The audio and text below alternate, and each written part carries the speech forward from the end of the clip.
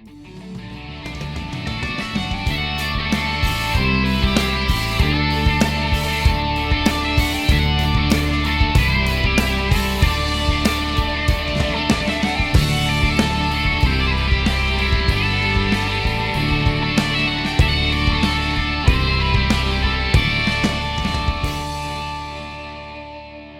back, everyone, to HTO, joined by a couple of lovely guests this evening, Andrew and I.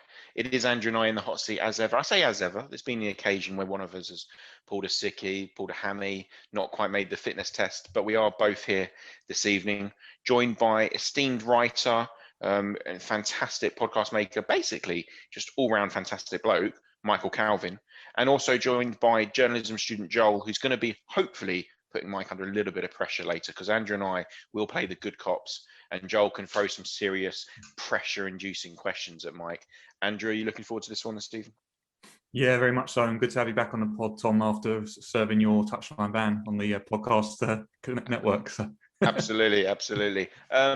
Before we throw it to our esteemed guest, Joel, are you well? Are you excited by this? Yeah, not too bad. Again, thanks so much for the call up. I've literally just been waiting in the wings to the podcast and really big fan. So can't wait to sort of throw my hat in the ring and hopefully not disgrace myself. I want to put a solid outing. So keep it going, Joel. Keep it going. It's beautiful. We spoke to the scouts at the club and they said of all the youngsters coming through the ranks, you've made the most impression. So that's why you're going to get the run out to this evening with Michael. I appreciate that.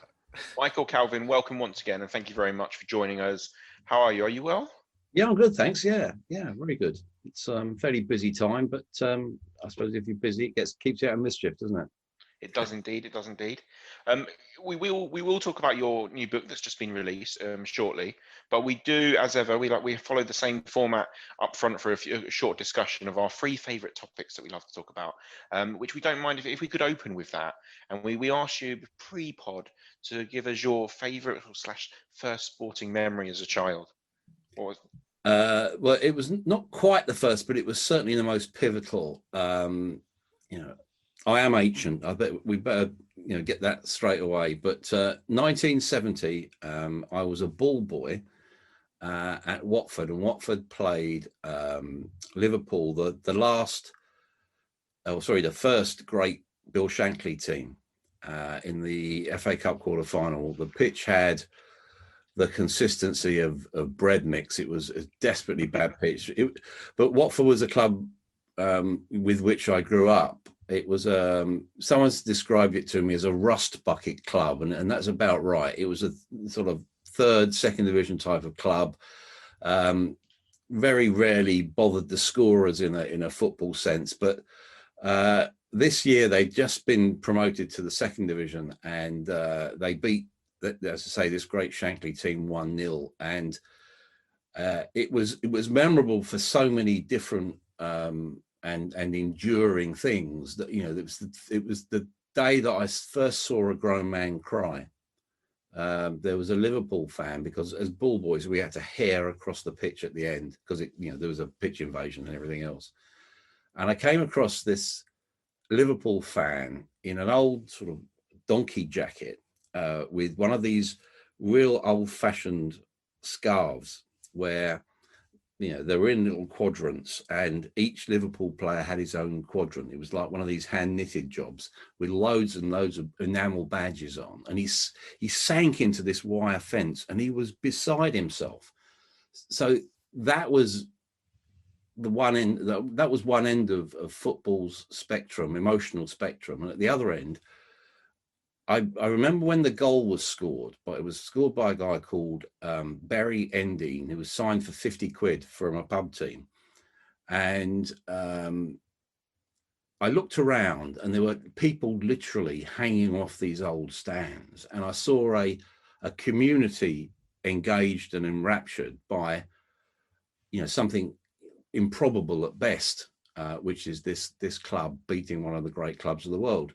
And I just looked around at that stage, and then I was about 11, and I just thought, I want to be involved in this. And I suppose in a sort of strange way, that was probably where my determination to be a sports writer. And it's such an insanely competitive profession. You have to be determined to do it. That was where my determination to become a sports writer probably, grew strength. The last time Liverpool played at Saturday 3:00, Michael. I think it probably was, yeah. Well, it's been such a strange season, hasn't it? And I gather we're going to go on to what perhaps the game has been missing, and certainly writing the book has been quite cathartic in many ways, because I'd almost lost. I'd lost the joy and the innocence of that kid on that ball boy that I was. And we live in a world where football has become hyper commercialized, innately cynical, elitist, and I'd fallen out of love with it a bit. So that was one of the reasons why I wanted to write the book. It was a very personal book written during the pandemic, and that also reflected, I suppose, over the past year, all of us have been, in a state of some sort of self-reflection, haven't we? What's it all about? And that's probably the mood in which I started writing the book. So yeah, it's really been a strange season. It's, we've got a lot of players who are running on empty, playing in empty stadiums, and there is a void still there. And it is interesting. One of the questions I pose in the book is, or I attempt to answer in the book, is, look, what's football going to be like post-pandemic? And actually, I see a move away from the Premier League and everything that represents, the identikit stadiums, which basically serve as superstores, the insistence on treating a supporter and a fan like a customer, just get your credit card out, mate, all that sort of stuff. I think this will herald a move away from that. Why spend, if you're a father, why spend 250 quid going to a Premier League match with your son when you can maybe go to a local non-league team for £8, or go with your mates and have a couple of pints and swap ends at half time? It's a much more organic process, and it's I think it's authentic. And so it'd be interesting. I know I'm getting off the point here, so apologies, but I do feel that the football, as we're in a time of transition in so many different areas of our lives, and I think football isn't exempt from that. So going back to that ball boy experience, Michael, to sort of question twofold, really. How did that experience come about? And secondly, what was it about that day and that goal that made you fall in love with the sport? How I got there, first rule of journalism, you don't get anything unless you ask. And so I basically wrote into the club, and I was given I got this letter saying, turn up 50 minutes before kickoff. And so my little cardboard pass, and I just fell in love with everything to do with football, because to actually get into to get to where we had our we had changing our tracksuits and stuff like that, you go down some very, very steep stairs. And this is where Watford had an old wooden stand, and the dignitaries walked straight on, and I had to throw a left and then throw the first right, and you go through this sort of little groundsman's cubby hole into a laundry room where there was a lady called Molly Rush who looked after us, and she always used to bring her Alsatian called Sheba to the game, and the place smelled like football, because you're literally next to the dressing room, so you could hear the hubbub, you can smell the liniment, and it's a sensual experience. That's what I really got off on. I just love the fact that you put these there were bottle green tracksuits, really quite heavy, and they had this sort of the consistency of almost like a penitent's hair shirt. They were really scratchy and itchy, and probably they've been worn a gazillion times over the previous 10 years. But then you go out, and we had a frosted sunlight, frosted window which just opened a little bit, and you could hear the hubbub of the crowd And then you go out and you see the crowd and you look around and you think, blimey, you know, all these people here. And you got a sense of what football meant to people. There's a photograph we've used in the book of actually Barry Endine having scored the goal. And he sort of turned his back to the fans behind him. He's obviously just turning around to go back, you know, up to the halfway line again. And the faces in that crowd are just a picture. You've got the adults who are jumping about as much as the kids. The faces are transformed by this joy and surprise and elation. And I thought, then, look, that's why I wanted to write about this, because when you're writing about sport, and particularly football, you're almost articulating a really important area of people's lives. You know, we all love football, we all love sport, don't we? And I think that's where it really got to me, that, you know, I could really touch people by writing about sport or football in a way that I probably wouldn't be able to touch them if I was a news reporter or whatever. You know, it was something that, and it's something that's grown with me over the years. You know, I've been you know, fantastically lucky to do what I've done, and you know, worked in about 80 odd countries, because, you know, one, I've got an ability to get around the alphabet, but two, there is that ability to touch someone that you've never met and you never probably will meet. And that's obviously as well part of the joy of doing books, because, you know, I've been chief sports writer for a couple of newspapers, and as a columnist or a chief sports writer, you've probably got 1,000 words, maybe 1,200 words. And as an author, bit of a pompous title, but I suppose that's what I do. That's 100,000 words you've got to play with, and you can really strip away the layers of the onion and really get into people. And I suppose, again, it's the humanity of it that I love.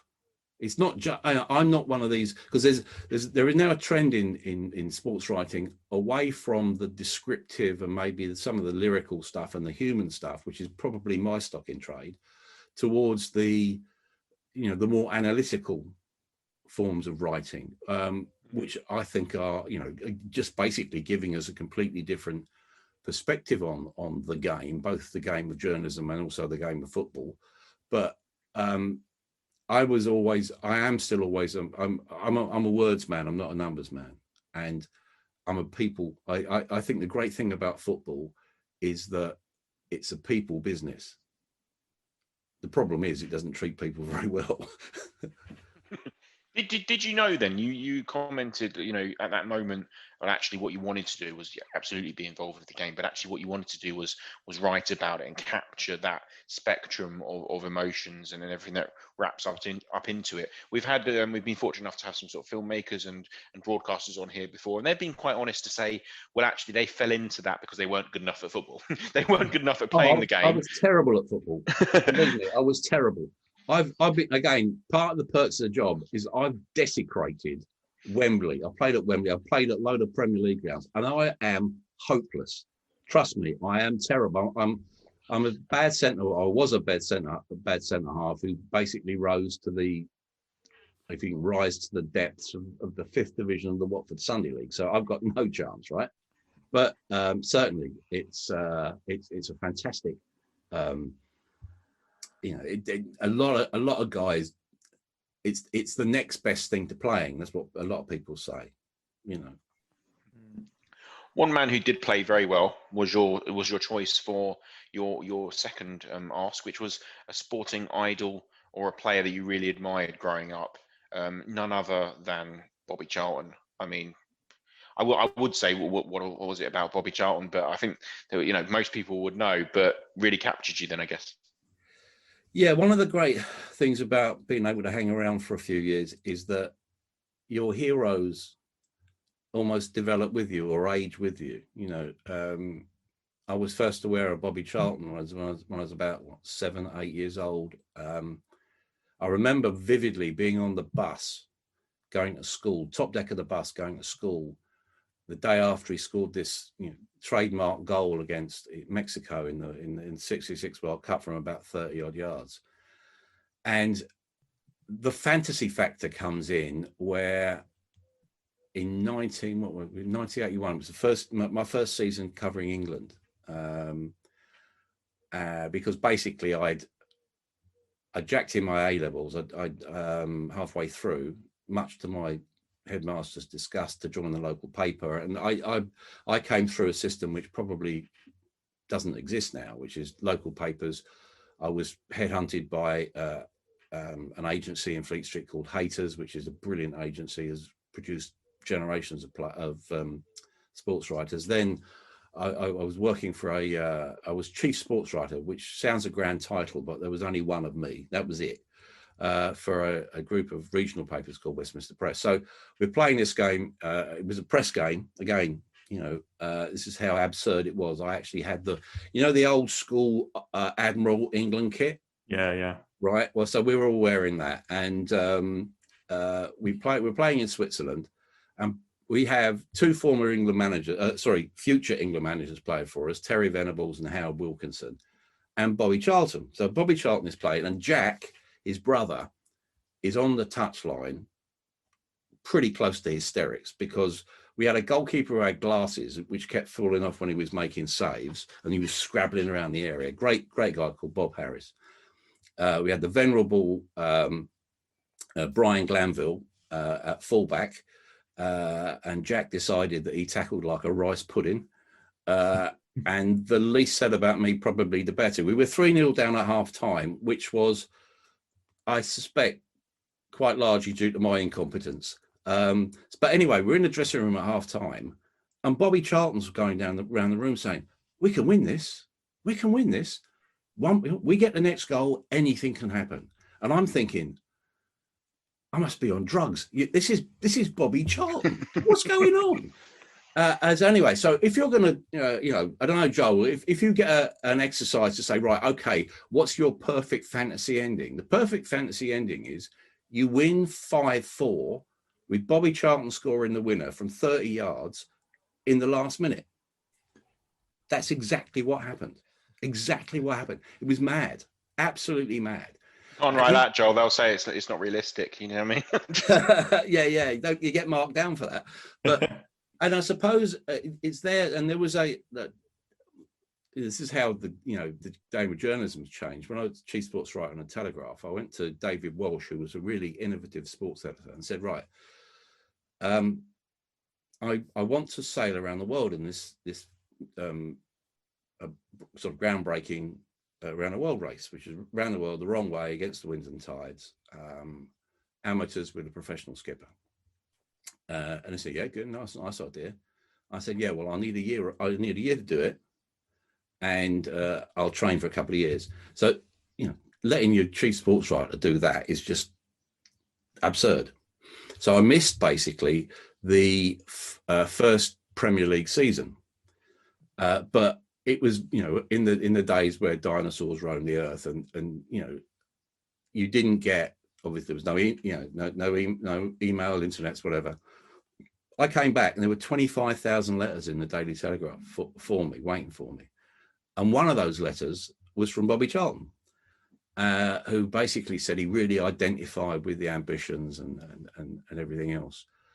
And that stayed with me, because when you have such an elemental experience of sailing around the world and just being so in tune with nature at a time when you've never been further from what we deem to be civilization, I couldn't take anything seriously when I got back. Like I couldn't. My job was to do all the big sports events, and I'm thinking, well, it doesn't really matter. So it was Bobby Charlton who pulled me out of it. As I said, I missed the first Premier League season, but we were previewing the following season where Man United won the double, and I asked, I used the letter as a sort of almost like an introduction to Bobby. So, and then Bobby started talking when we met about the boys he lost in Munich, and the intensity and also the sensitivity that with which he spoke really made a big impact on me. That, hey, yeah, and he was the one who talked about football a football club or a football team as a family, which actually was I used as the title of a book where I was embedded at Millwall for a year. And that pulled me round. That pulled me round. And then, you know, I've been pretty active, I suppose, in trying to highlight dangers of dementia in football. You know, I've done a couple of things with Dawn Astle, and I'd been aware that Bobby was, you know, having problems in that area for a couple of years. And obviously, out of respect, you never do anything about it. You never say anything.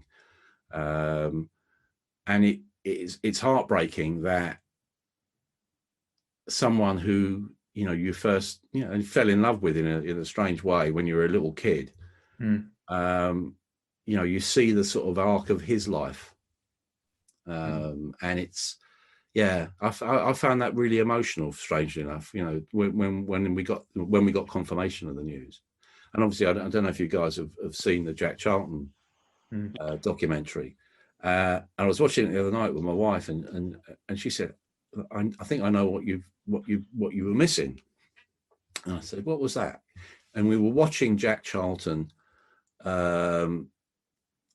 He was watching his computer screen, and he recognized Paul McGrath, you know, out of the depths of, you know, the sort of fuzziness around in his head. He actually saw that, and that was a moment of real clarity. And she said, you know, it's humanity. And I said, yeah, it's also innocence, because the innocence in that documentary, you know, I've done a few documentaries, and, you know, I think this one is unbelievably good. There was a scene of all the island team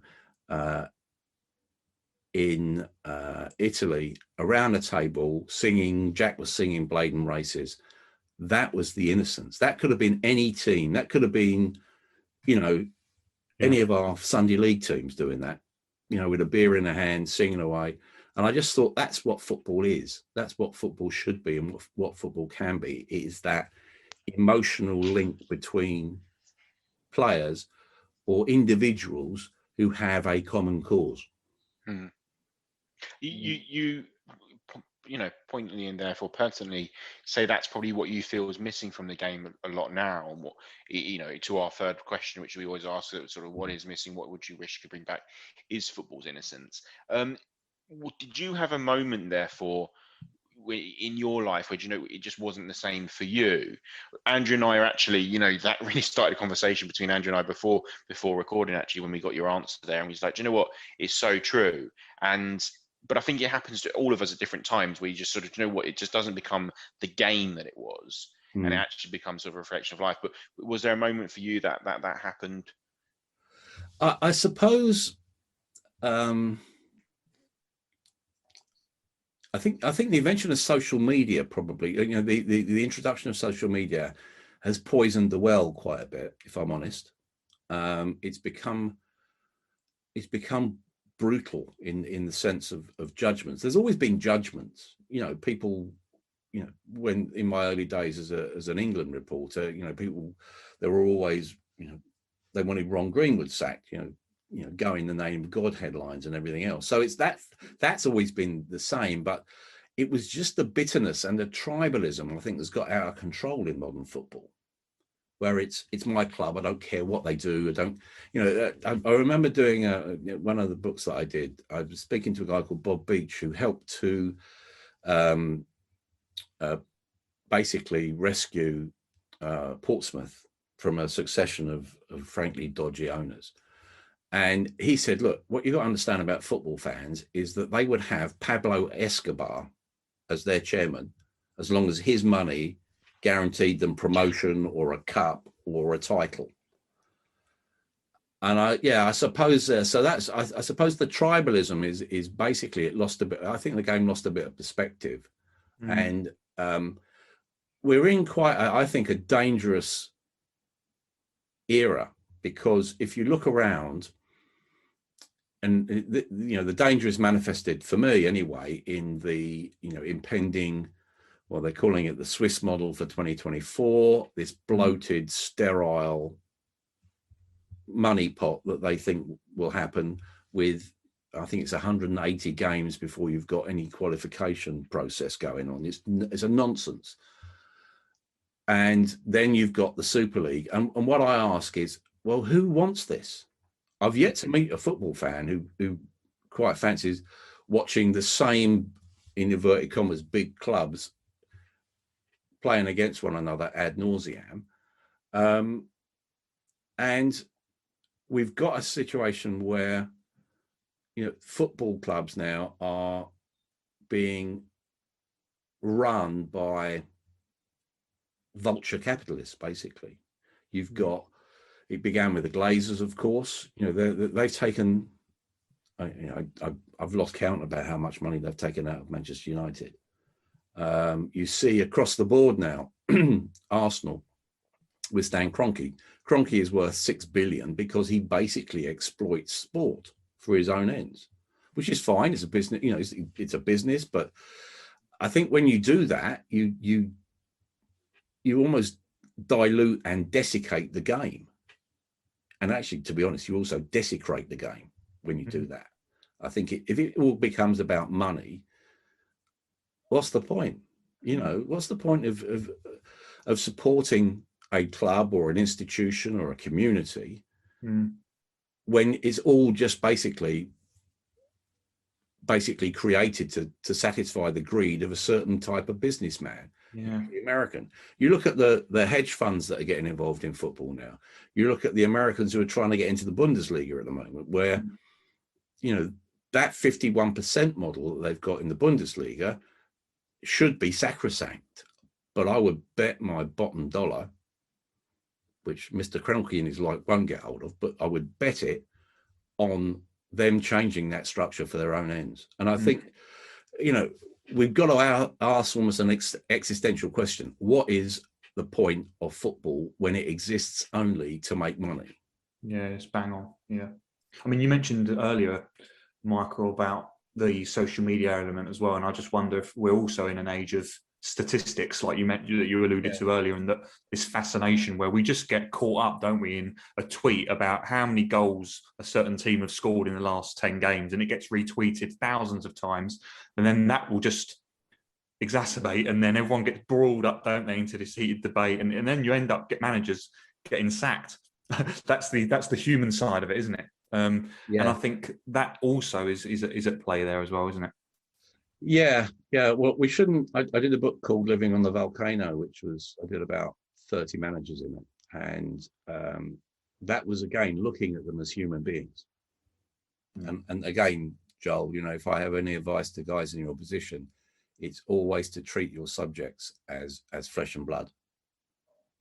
That these guys have families. It's all very well to get carried away by the fact that, he'll get sacked and he'll take his 7 million compensation home in a golden wheelbarrow. Well, it does work like that occasionally, but these guys are obsessive to the point of self-destruction in many ways. I'll tell you a very small story, very quick story. When that book came out, it actually made quite an impact, thankfully, on the managerial profession. And, the LMA do give the book to young coaches and managers, say, right, this is the reality of the game that you're going into, which is, for me, is hugely gratifying. I go sometimes to a training ground, I see my book on their desk, and that's just blows my mind. But what there was one manager, I won't tell you who he was, but he called me, and he wasn't in the book, but he called me and he said, I've read your book, blah, blah, blah. You could have been writing about me as well. And he would to tell me about, after games, he would go back home into his study and he'd basically drain 2 bottles of red wine. And he'd mull over the game, and he'd have it on his laptop. And he said, I'm sitting in there and I'm getting progressively drunk. I know I'm forcing away my family, my wife and my kids, and I know I'm doing it, but I can't stop it. And it was quite an admission. And I saw, 6 months after that conversation, that he divorced. He was going through a divorce. So that's what I would ask people to focus on, is that instead of this envy and ignorance, which we see so often in modern football, setting an agenda, just think about these guys. Even just because a footballer earns £300,000 a week, okay, that's an absurd sum of money, absurd, but that doesn't mean that they've got they could have a great lifestyle, but it doesn't mean that they're happy. They shouldn't have to be putting up with certain things as well. Well, no, I think I would hope that we're now talking at a time where there are daily examples of the worst type of abuse, and the social media companies, I think, are very, very cynical, and they might say the right things, but they certainly don't do it. And I think we're getting to the stage, where I've become more militant about it. I feel that the players should go on strike. I think certainly all clubs should leave social media immediately. I know a couple are doing it for a week. That won't have an effect. It's got to be all or nothing, basically. Yeah, exactly what we were talking we about. Can't keep going, We can't keep going on like we are. It's just insane. We can't do it. No, I think that's right, and just it made the passages made me reflect. We were lucky enough to have Forward 73, the production team of Sunderland Till I Die, on and talking about that documentary. And that's great, don't get me wrong, yeah, fantastic. And don't get me wrong, Sunderland were going for a tough time on the pitch, and obviously it was meant to be their comeback season, and actually, obviously, it was the opposite. But to that tune, like all you saw there was a management team, and even upper echelons of the club, actually working all manners of the day, and just it was affecting them as well.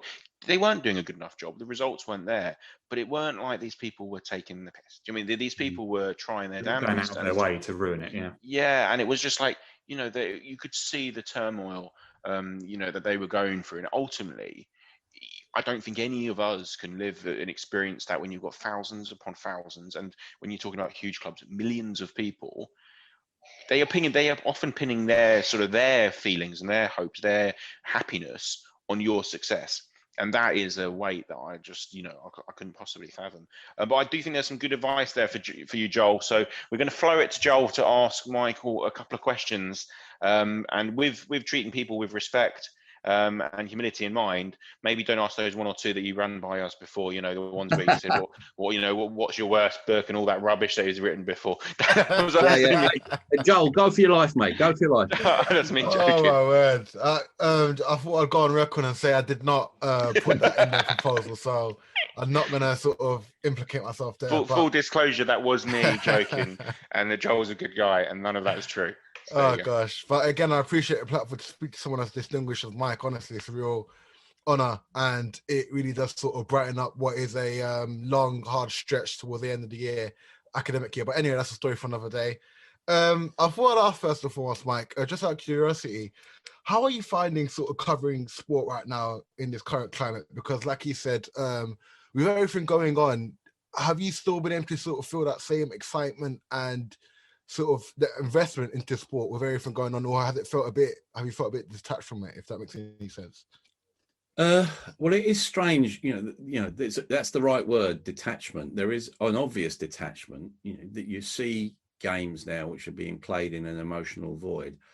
I suppose it's slightly different for me in as much as that for the last couple of years, I have moved really entirely out of the print media, really.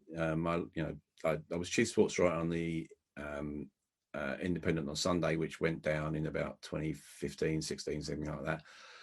I was working for the Sunday Times. They asked me to write for them. But for the last couple of years, because I've been concentrating, I'm pretty much a full-time author now, and I do 2 podcasts a week for BT Sport, and I've also sort of branched out into documentaries. So I'm able to work even in this difficult time. We we put the documentary, for the last documentary I did for BT Sport was called Hours, which was about fan ownership, and was actually the genesis of that was the book, Whose Game Is It Anyway, where I went to Bury to interview a guy called James Bentley, who was a Bury fan, and he'd lost his football club.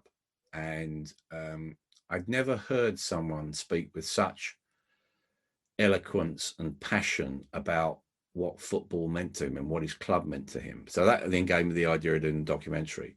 And we put that documentary together really quickly in over about 2.5 months, something like that, which is really, really fast. And the only thing that we were frustrated by in that, we were going to go to Germany because of obviously the 51% model in the Bundesliga. And we were going to go and see Union Berlin, whose fans quite literally sold their blood for their football club. You know, it was just a bizarre story. And it was a shame because they would gather, about 150 of them would gather in a little sort of forest near the ground while the pandemic was on, so they couldn't go and watch the game in the stadium. And I had this, and so they would be listening to the game, or you know, they'd be watching the games on their phones and stuff like that. And I just thought that must have been an amazing image, you know, where they're probably the lights of the, you know, the flares that they would have had, singing in a forest. You know, what's going on here? You know, it's weird. But so I suppose, you know, I've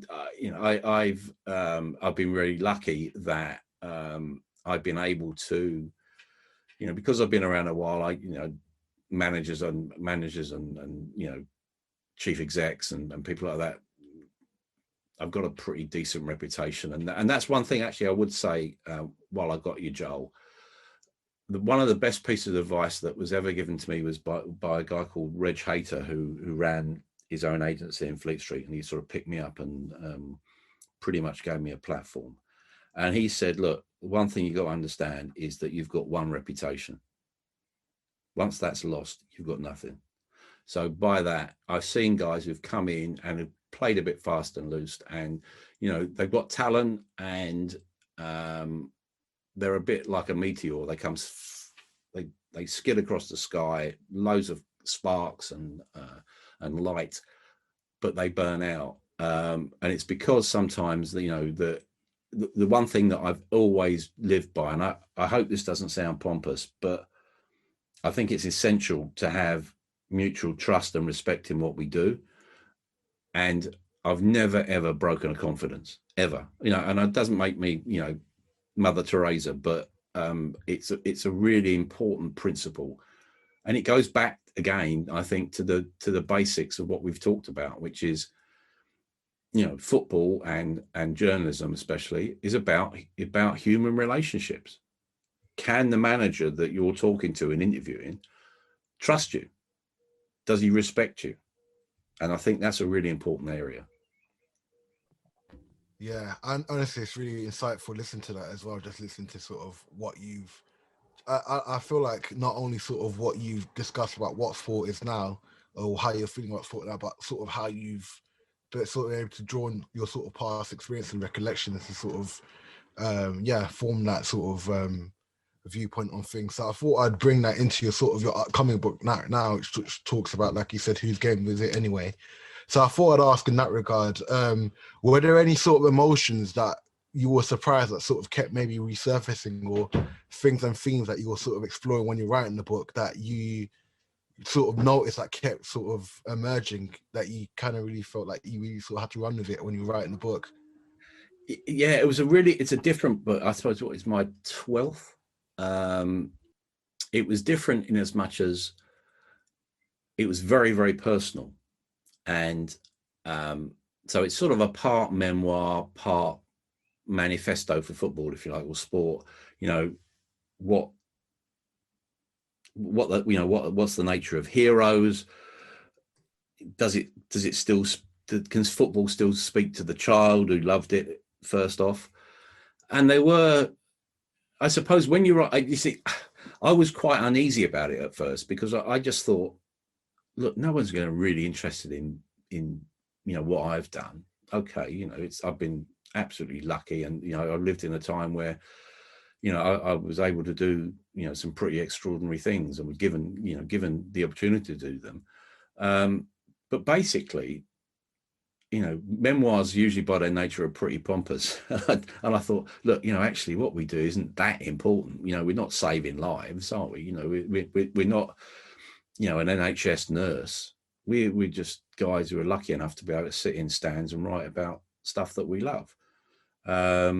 So I don't know. That was one recurring thing, and it was so personal because, to go back to the family theme, the book begins with the death of my father-in-law from COVID in his care home in Devon, and there was a sort of we found this box which was his father's box. It was a toolbox, and they had 3 separate fixture lists from the 1932-33 season for Watford, and all the scores had been put in pencil, obviously by his dad. But there was also a small thumbnail photograph of an unnamed player, really tiny. And I thought, who was that? So I went away and tried to, research that season. It was, extraordinary. The manager ended up going back there 20 years later. He was pretty much an alcoholic. He got sacked first time around because basically he'd spent all the players' bonuses on down the betting shop. So it was a pretty strange process, but I got to the stage where I wondered whether actually that photograph was my father-in-law. And I found it was in the war in the Marines, and I found a team photograph of him immediately after the war, and it looked very similar, but I could never ever prove it. But what it left with me is this filial, this family bond between his father, whom I never met, and Ollie, who was my father-in-law. Something was there, and because and Ollie, he had dementia towards the end, but occasionally the veil would lift, and about a week before he died, he spoke about going to the game as a 10-year-old with his dad, which is around about the time of 32. I think he was born in 1922, 23, something like that. And it was the same ritual that probably a lot of listeners to this will identify with, which was, you walk into the ground, it's your Saturday treat, you go in the sweet shop, you're allowed a sherbet dab or whatever it was, then you go and watch the game, and you're in this massive arena because you're so small as a kid, and you're in this big ground with thousands of other people, and you just think, wow, it's the love story that never ends, probably. So that was, I hope I've answered your question, Joel, but basically there are some pretty powerful emotions in that, because I'm actually writing about myself, and there were occasions where I went through a stage where I got involved as a competitor, as I did the round the world yacht race. I was going to do another one, but the boat basically broke up, we had the experience. I've written. I found my journal that I had at sea, and I've used there were a couple of excerpts I've used where one of the other guys on one of the other boats committed suicide. He just jumped off the boat while we were on the way home from Cape Town, and I wrote very personally about that, and what the effect it had on me and everyone, but also of the guy himself. And so there are some pretty powerful emotions in it from a personal point of view, but also I suppose I just poured a little bit of my frustration and my anger into certainly the latter half of the book, where I try to look at where the game is going and some of the things that the game does to people. There's a chapter called Who Cares for the Carers, where there are 2 guys that I identify who really go above and beyond in the welfare of the young players, and some of the things that they've seen. And this one of the particular guys, it was just before the pandemic, and he asked me up and he says something really prophetic. He said, one day we're going to wake up and we're going to read in our paper or scroll down on our phone and see that a young footballer has taken his own life because of rejection. And tragically, that came to pass last October. So, there's some quite poignant passages in it as well. But what I also wanted to do was just try and give people an idea of, look, the game's heart is still beating. It's still beating, and there are good people in there doing good things for the right reasons. You've got all the other guys that we spoke about earlier, but I suppose I wanted to end it. I won't give away the last couple of lines, but I wanted to end it as almost like a protestation of faith, really, because football still can be a fantastic game. Wow, it's again really, really powerful stuff to sort of hear you say that as well. And what I wanted to sort of ask on the back of what you've just described there, I had a question in mind, but I thought I'd just throw that to the side. One question I really want to ask, and I've been desperate to ask it, is through all the topics and the books that you sort of covered and the things that you looked at, the football Nowhere Men with the Scouts and No Hunger in Paradise with the Academy Players and Their Welfare and Living on the Volcano, and there's other books that you've written. I'll be doing you a disservice for not mentioning them all, but I thought I'll do that at a later time. Anyway, how have you managed to keep yourself from being inured from, let's say, all the let's call it like the unfortunate problems that you sort of see in sport? Obviously, like you said, you did the around the world yacht race, and you said you came back and you couldn't take sport the same anymore. So how have you managed to sort of retain a sense of enthusiasm for the sport? Because I can imagine when you're looking at all these issues, it maybe takes away a bit of that, I can imagine. Yeah, I suppose, Joel, what you one of the great pleasures of actually doing what I do, and hopefully you'll have a long career doing as well, is when you get involved in sport, you see the best of human nature and you see the worst of human nature as well. So you see both sides of the coin, really. And I suppose I've always tried to, as I say, I go back to the H word, humanity. I've always tried to, I think if I'm interested in a subject, or if I'm intrigued by a particular individual, I will hopefully be able to transmit that to the reader or the listener if I'm doing podcasts or documentaries. And I suppose also, I think you just got to care about what you do. I've never tossed anything off. And again, it sounds really trite to say that, and I feel a bit uncomfortable saying it, but I really believe in the power of what we can do. We can really influence people, I think, if we get the right, just hit the right tone.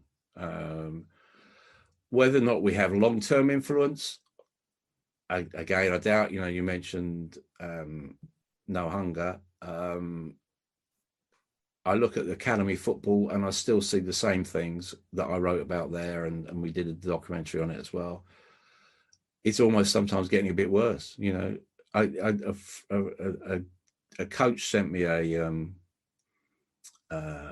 text the other day, and it was a photograph of a kid, and he had his football kit on, and it was his dad tweeting.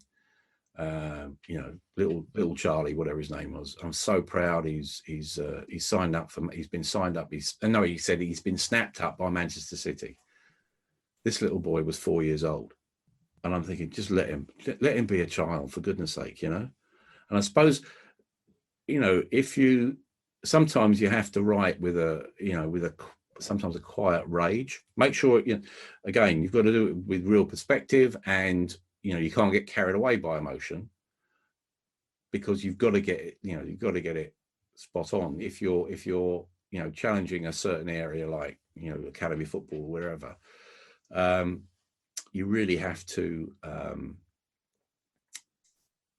be able to make the right judgment calls on what you're going to use and who you can believe and who you don't believe. It's all that sort of stuff goes on.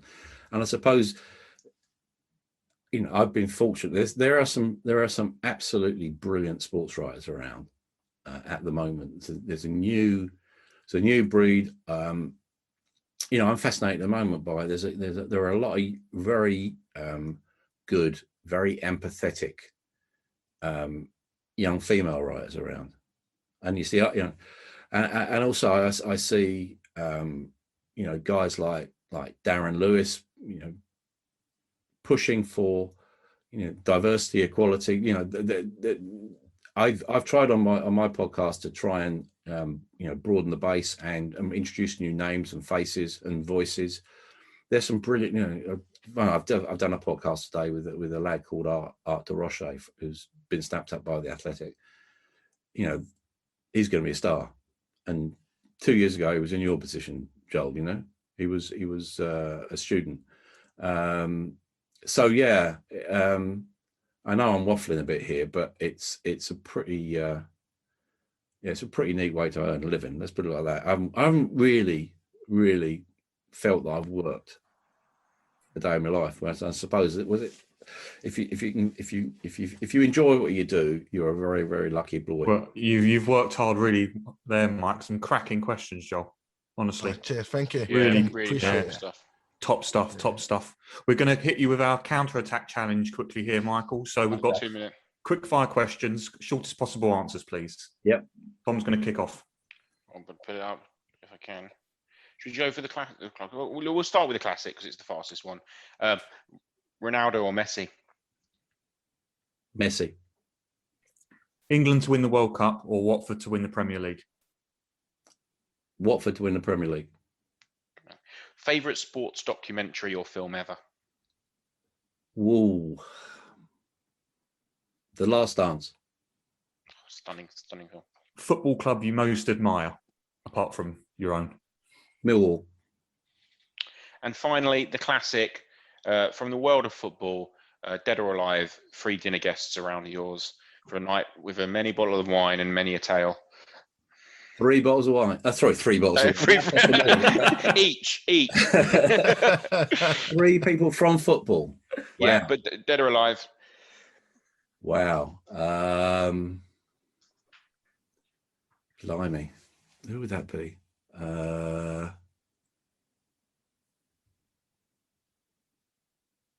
Maradona. Popular choice. We get a few Maradonas. Yeah. His diary's too full, I think, Mike. He's doing so many HTO meals. Yeah. Maradona. Alf Ramsey. He was so emotionally repressed. I just want to try and get into his head. Would be another one. And for old time's sake, Bobby Charlton. Fantastic. That's the counter-attack challenge, passed with flying colours. We've obviously referenced it throughout the podcast, and your book that was released recently, Whose Game Is It Anyway? Why should every listener go and pick up a copy, go and download a copy? What do they get with this book, Mike? Well, it saves me from sort of turning up outside a tube station with a banjo and sort of busking. So that's one good thing. That is the best elevator pitch we've ever had on here. That's done. That's why you've got to avoid it. Because before we rolled the recorder, Mike was singing to us, ladies and gentlemen, and the voice wasn't fantastic. Much better writer than he is a singer, I think. This is so right. This is so right. No, I suppose. We all go, we all have our individual love affairs, don't we? This is probably the story of my love affair with sport, but also perhaps life itself. I think football has never been more distant from its fans and its supporters and its followers. I'm trying to give you a reason to believe, and I'm using my experiences, and you'll hopefully see sport through a prism that you've never seen it before, in terms of, this story goes from a beggar with polio on all fours outside a football stadium in Bamako, the capital of Mali, to Ronnie Biggs, the great train robber in Rio, having come out of the Amazon jungle and seen the devastation that man is causing to it, and also watching two kids play football on this main street of it was just a trail really. They were playing football with a small ball, compressed ball, and by the side of the road there were bodies of two guys who'd been shot the previous night by a gold prospecting area. They tried to rob a lorry driver, and so he just basically off them with a Colt 45 with a wooden handle that he was showing all and sundry in the local bar where they drank bottles of vodka from the neck, and they were watching the Rio and Sao Paulo leagues on these dodgy little TVs, which were run by generators. So, yeah, everything. There's a famous tabloid masthead about all human life is here. I'd hope there's a fair percentage of it in this book. Fantastic. I don't know about Joel or Andrew, but for me, that was fantastically powerful time. We really enjoy your books. I'm really looking forward to reading, Whose Game Is It Anyway? Obviously, Andrew and Joel aren't you guys? Yeah, very much so. Big yes, big huge yes. I'm getting every Mike Calvin book I can get my hands on from the library, from Waterstone, from wherever it's open at the time of recording. Do you mean you've insulted our guest by saying you don't have them already? It's unbelievable. It's outrageous. It's outrageous. Okay. All right. In return, I'll pawn the banjo. Okay. Just swap, Michael. That's been absolutely a pleasure. So we really appreciate it. Thank you so much. That's no problem. A huge thank you there to Michael and of course Joel. I thought Joel did a cracking job there with some questions, didn't he? Some pretty powerful questions. Yeah, very impressed. Very impressed. Are we nicking our job any day now? That's what he said at the end. Off air, he's just like, guys, I want your job. I'm coming for you. And he got all aggressive, and it was crazy. I'm joking. We're like the Messi and Ronaldo, and we're looking over our shoulder, and then Mbappe and Haaland are right there, Absolutely. I think we're being very kind to call Mike Calvin Haaland there, 21-year-old kid. I think he'd appreciate that. But no, Joel did a stunning job, and Michael, some really fascinating answers there. And, very thought-provoking answers. I think the pandemic's made people reflect on obviously many aspects of their lives, no more so than they're following their football, because obviously we've not been able to go and watch our teams play. And I don't know about anyone else, but I've certainly felt probably more distant from the game than I've ever felt before. And I think it's pretty powerful stuff. No, I mean, food for thought or what, the values that he holds obviously are definitely relatable. I do wonder as well, like we've spoken about this a lot on the pod and off the pod in the last few weeks and months, that don't want to get carried away and make bold statements like the game's gone because we can't go anymore. And maybe it is easy to sort of throw it out there like, oh, I've lost interest in it, but there's definitely things to reflect on, as Mike said in the pod, really. And I think we've spoken about this before, the whole experience of going to games. And if you can't go to a game, like you've put it quite aptly before, that it is just a TV show in that sense, Well, that's it. Like, once you start not being able to go along, because football, yes, it's about the game and it's about the results, but everyone who's been to a football match will also know it's about going. It's the company that you're going with, whether that be family or friends. It's about the smells of food turnstile, the sound of turnstiles. It's about the atmosphere, it's about meeting up for drinks or food before or after the game. There's so much to going to a football match. And actually, that's what the game is. It's that camaraderie and that feeling. So, of course, watching your team on telly is fantastic as well. Many millions of people around the world watch their team from afar, and they are fantastic fans.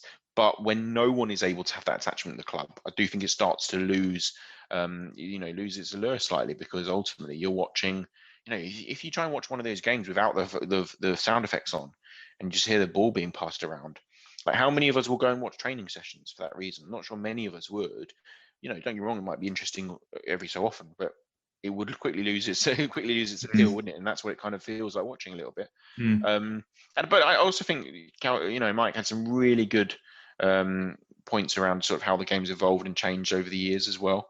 And it's not necessarily, it is a new thing with the invent of sort of Premier League and then social media, that actually our ability to sort of watch it, you know, with the innocence that we used to, is probably pretty gone. Well, he touched on that early on, didn't he? The fact that, you know, he sees this experience as maybe a moment in time where the game does change and move away from a Premier League type of thing where it's just become this kind of customer service, you know, money-making machine. And we maybe move away from that, and fans reclaim the game that they think is theirs, you know. And also I do think as well that, I think this came up in the pod as well, that we're so heavily embroiled now in statistics and analysis and looking at statistics that really, in the big scheme of things, don't mean much, but they affect so much of our view of how we think our club is doing, you know. So, like, for example, like the club we support, Arsenal, you know, very prevalent online. Like they are the sort of leading club in terms of like the attention they get, I think, definitely in this country, because of obviously the sort of comedic value that they offer at times. But I think it's we are in an age where managers, players, fans are under so much pressure to win. You know, and it's becoming about winning. You know, only one team can win the Premier League, yet for some reason we just get caught up, don't we, in this whole narrative that unless you win a trophy, it's failure. You know, and it's very black and white, and it shouldn't be like that. We grew up in an era where Arsenal were pretty successful. There was a 10-year period in our teenage years where, you know, Arsenal winning league titles, competing at the top of the game, winning FA Cups galore, you know, from the mid-90s to the mid-2000s. And don't get me wrong, that's fantastic. It is great. But Arsenal Football Club have been around for some nearly 140 years. We've only won the league title 13 times. I say only in inverted commas because that's very good. That's very impressive to win the league title 13 times. But what that shows is that it's not something that happens every week, every year. You know, Man United, 20? That's the most. You know, and, you know, in 130, 140 years, you can't expect to win all the time. And actually, I don't think for many years there was that expectancy that was the most important thing.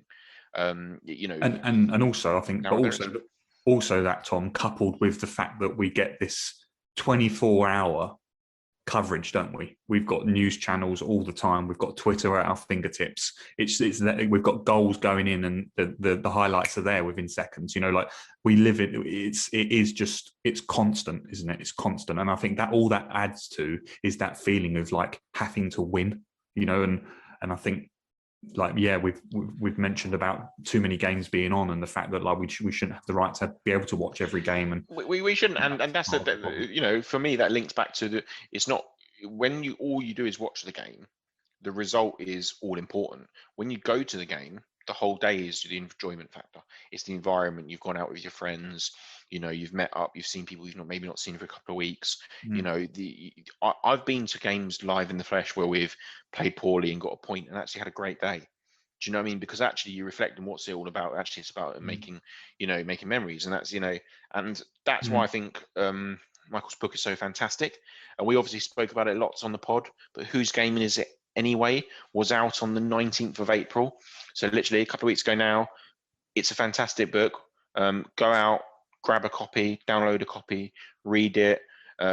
Michael speaks and talks and writes a lot better than Andrew and I. And, you know, there's a real capture about, you know, the journey of a football fan and their love affair with the great game, and how we hold all the power as fans. And I think it's a really powerful, great book. So go out there, grab yourself a copy. But I think there is another way that someone could get their hand on a copy, isn't there, Andrew? There sure is, yeah. We do like a competition at HTO, and this is our next one. So we're giving away a copy of Mike's new book, Whose Game Is It Anyway, that we've spoken about today. So keep an eye on our Twitter page, guys, at HTO Football, and find out all the details on how to enter. In the meantime, that's been Tom and I, and we'll see you next time, guys. Take care.